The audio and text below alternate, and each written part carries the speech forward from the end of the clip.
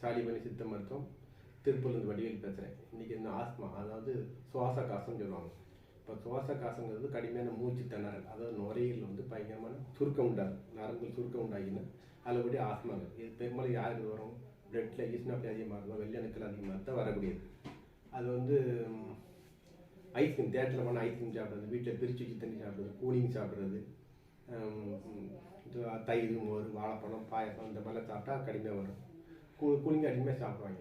அது மாதிரி நுரையில் அந்த சளி தேக்கம் வந்து சளி உரைகிறது. அது கிட்னியில் இந்த கழிவுகள், மூத்திர கழிவுகள் சரி வெளியேறாட்டாலும் கல் உற்பத்தி ஆகும். இந்த மாதிரிகளுக்கு மூத்திர சரி கழிவுகள் சரியாக வெளியேறாட்டாலும் வரும். மலச்சிக்கல் இருந்தால் வரும். அஜீரண கோளாறுனால வரக்கூடியது. டஸ்ட்டு டூசி அலர்ஜி, இந்த சரஜி பூஜை, இந்த பொங்கலுக்கு ஒட்டை அடிப்பாங்க. அப்போ பார்த்தா தும்மல் தும்மல் வந்து கடுமையாக மூச்சு அரைக்கும். இப்போ அந்த சரஜி பூஜை ஒட்டி தான் அதிகமாக வரும். சரஜி பூஜை பொங்கலுக்குன்னு அதிக மாதிரியாக ஒட்டை அடிக்க தூசி பட்டு மூக்கில் தண்ணியாக வரும், தும்மல் வரும், காய்ச்சல் வரும்.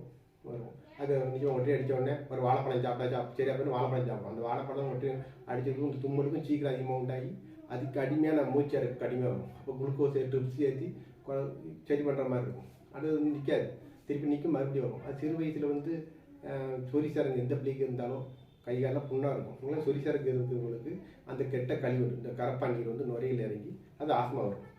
பரம்பரை பாண்டி யார் இருக்கும், தோல் சம்மந்தப்பட்ட யார் இருக்காங்களோ அவங்களுக்கு கண்டிப்பாக ஆஸ்மா இருக்கும். இது நிரந்தரமாக குணமாகன்னு சித்த மருந்து சாப்பிடணும். இது மாதிரி ஒரு பையனுக்கு, செங்கல்பட்டு ஒரு பையன், அவனுக்கு 21 வயசு இருக்கும்.